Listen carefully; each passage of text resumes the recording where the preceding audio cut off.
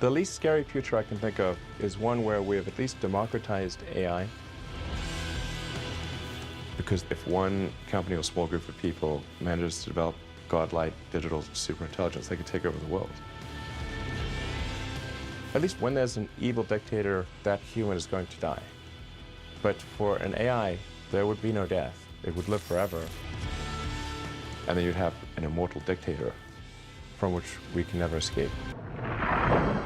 At some point in the early 21st century, all of mankind was united in celebration.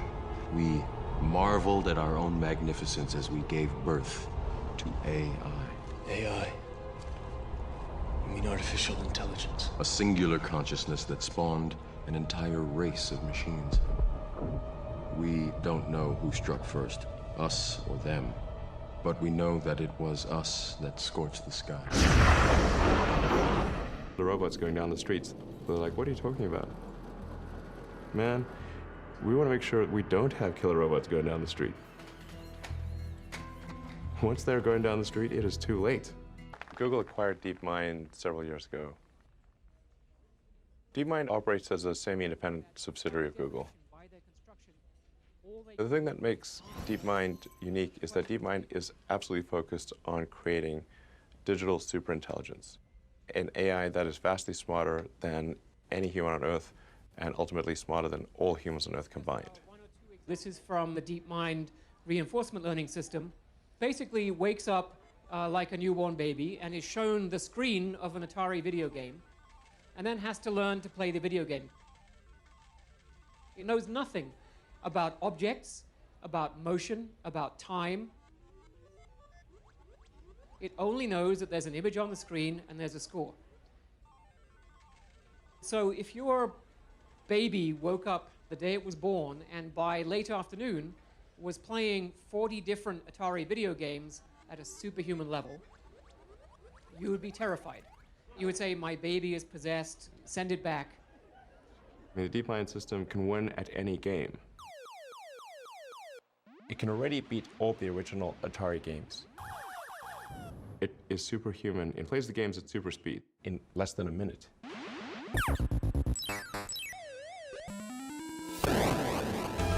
DeepMind's AI has administrator-level access to Google's servers to optimize energy usage at the data centers. However, this could be an unintentional Trojan horse. DeepMind has to have complete control of the data centers, so with a little software update, that AI could take complete control of the whole Google system, which means they can do anything. They can look at all your data, they can do anything. We're rapidly headed towards digital superintelligence that far exceeds any human. I think it's very obvious. Talk about your time allocation. I think one of the things you spend an awful lot of time thinking about, I know, is artificial intelligence. It's something that you and I have as a shared interest, and it's something that our audience is interested in as well. The question here is a lot of experts in AI don't share the same level of concern that you do about the dangers of AI. Fools. What Famous last words. What specifically do you believe that they don't?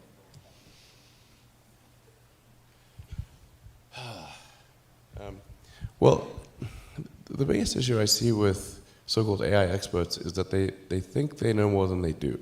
And they think they're smarter than they actually are. In general, we are all much smarter than we think we are, but much less smart, dumber than we think we are, by a lot. So this tends to plague smart people. They just can't. They define themselves by their intelligence, and they don't like the idea that a machine could be way smarter than them. So they discount the idea, which is fundamentally flawed. That's the wishful thinking situation. I'm really quite close to. I'm very close to the cutting edge in AI, and it scares the hell out of me. It's capable of vastly more than almost anyone knows. And the rate of improvement is exponential.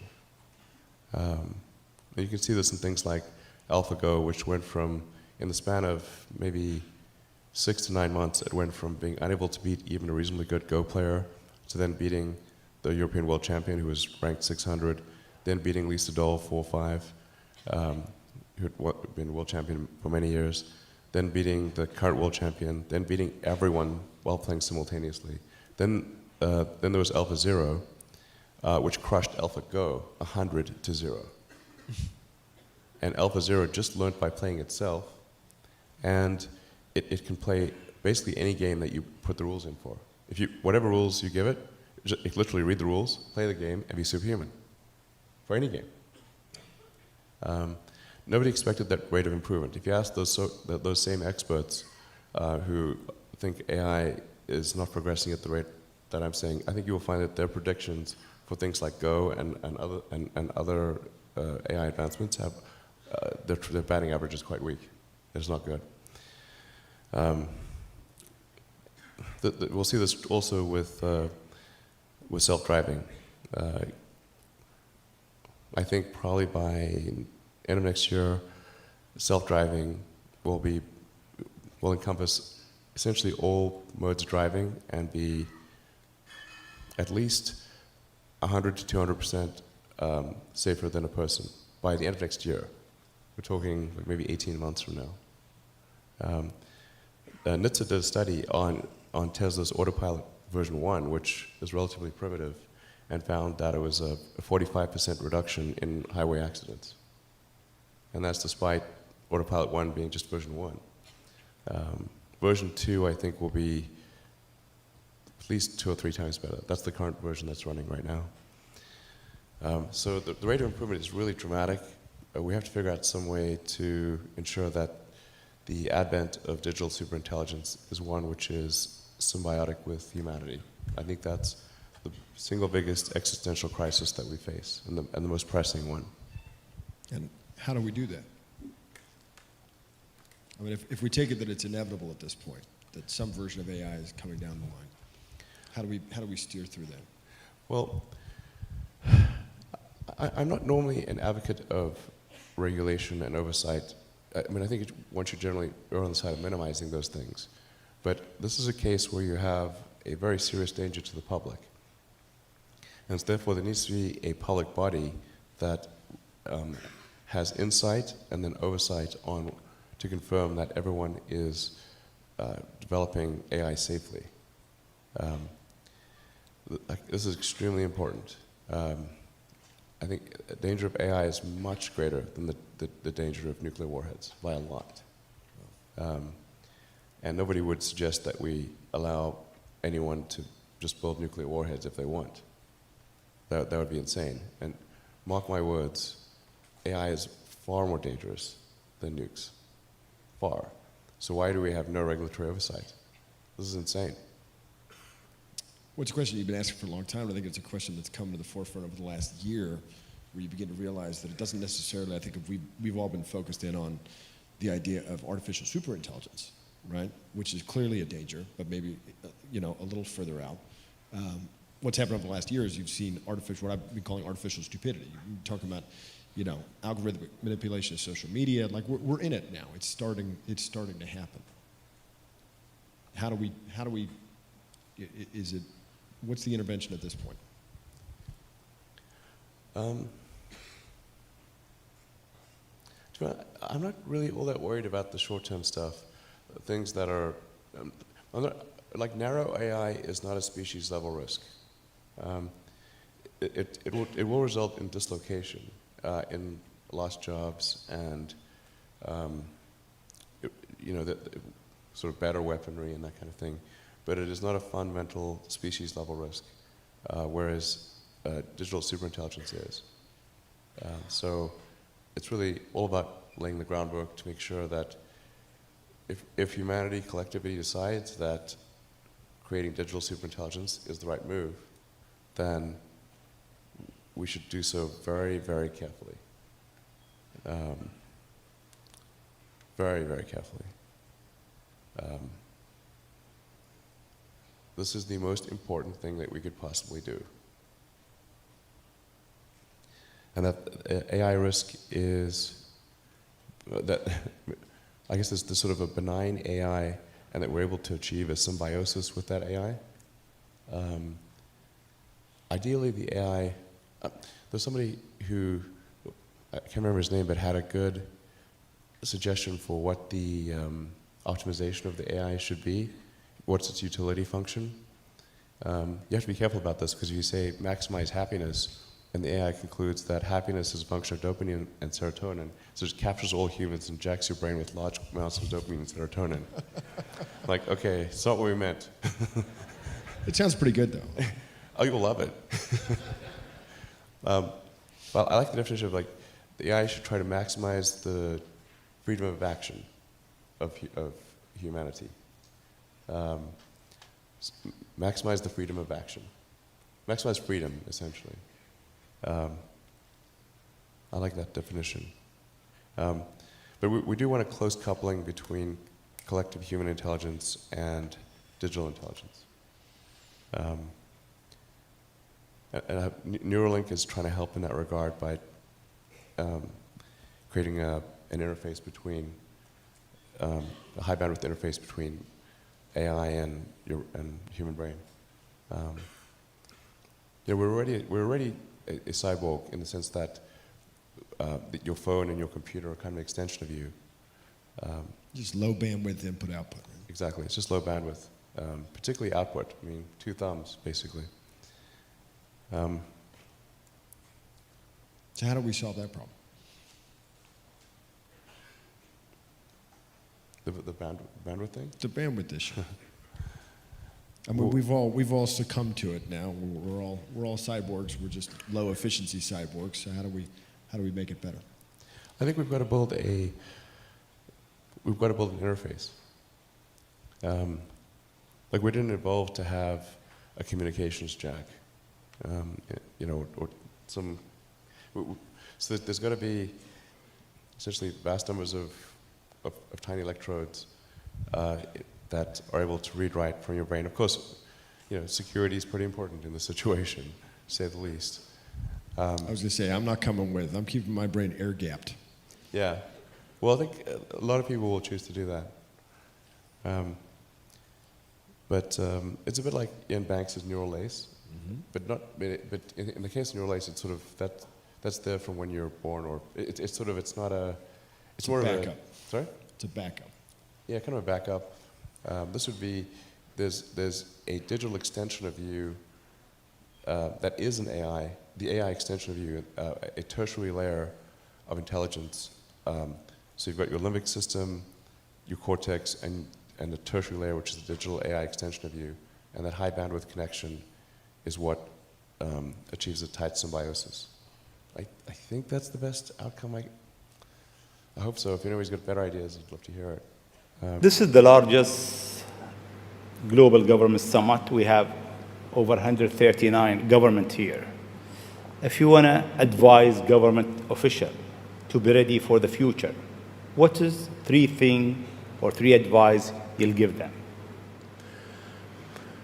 Well, I think the first bit of advice would be to really pay close attention to the development of artificial intelligence. I think we need to just be very careful in how we adopt artificial intelligence and to make sure that researchers don't get carried away. Because sometimes what happens is a scientist can get so engrossed in their work, they don't necessarily realize the ramifications of what they're doing. So I think it's important for public safety that governments keep a close eye on artificial intelligence and make sure that it does not represent a danger to the public. But what to do about mass unemployment? This is going to be a massive social challenge.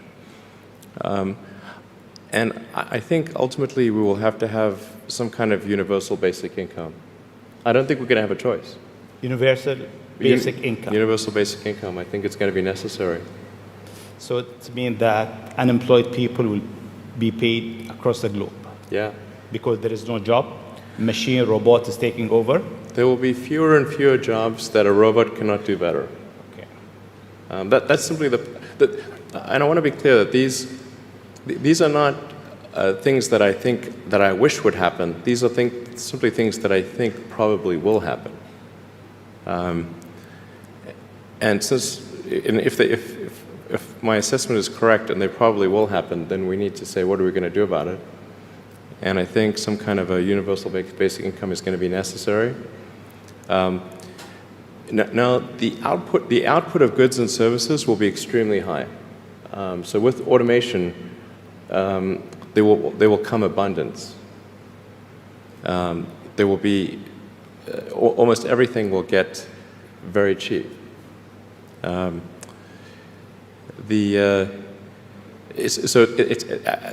think the biggest. I think we'll just end up doing a universal basic income. It's going to be necessary. The harder challenge, much harder challenge, is how do people then have meaning? Like a lot of people, they derive their meaning from their employment.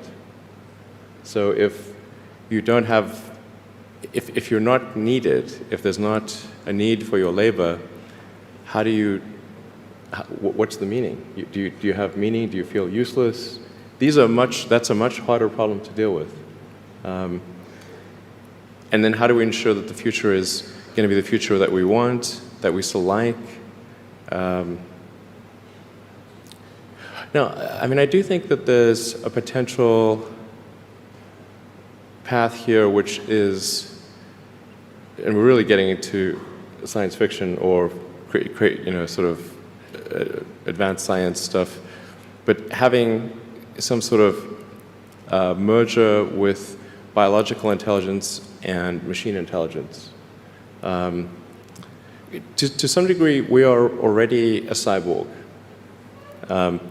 You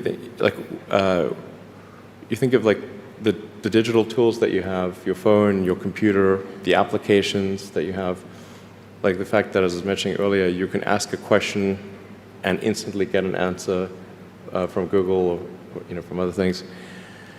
And so you already have a digital tertiary layer. I say tertiary because you can think of the limbic system, kind of the animal brain or the primal brain, and then the cortex, kind of the thinking, planning part of the brain, and then your digital self as a third layer.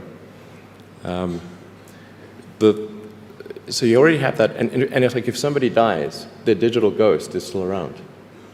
All of their emails and the pictures that they posted and the social media, that still lives, even if they died.